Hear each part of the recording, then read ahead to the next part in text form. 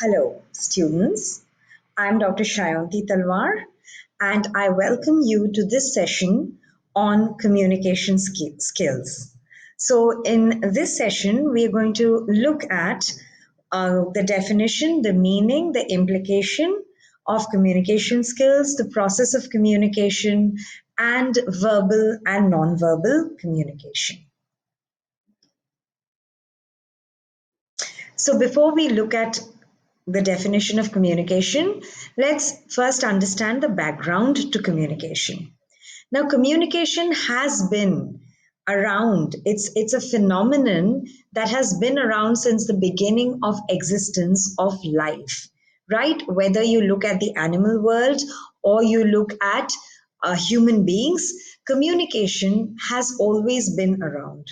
If animals sense danger, they communicate to each other, right? They have special sounds that they make, they have special indications.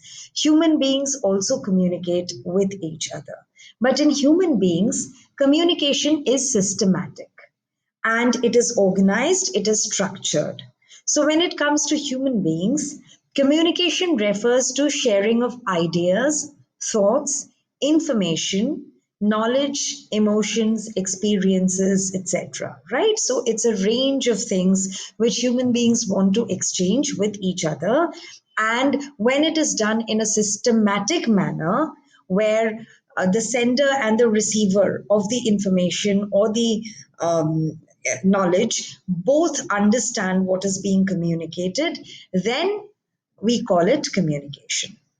Now, in today's globalized world, especially, communication becomes very important, right? Because the world is shrinking and we are digitally connected with each other.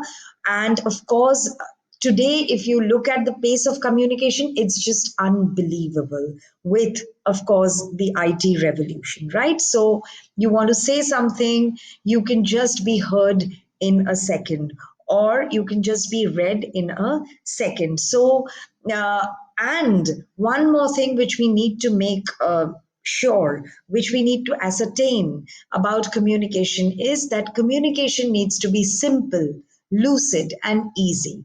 So, communication has to be in such a manner that both sides understand each other. Right, now let's look at the definition of communication. And here we are going to consider the Oxford Dictionary definition and the Webster Dictionary definition. So, according to the Oxford Dictionary, communication is the activity or process of expressing ideas and feelings or of people giving information. So it's pretty much what we discussed in the previous slide, right?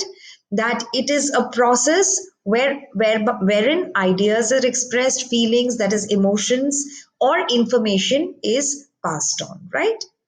And according to Merriam Webster, she says, a process by which information is exchanged between individuals through a common system of symbols, signs, or behavior.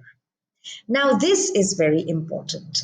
The system has to be a common system. Remember, we spoke about communication being easy. So, it has to be a common system which is common to the sender and the receiver both.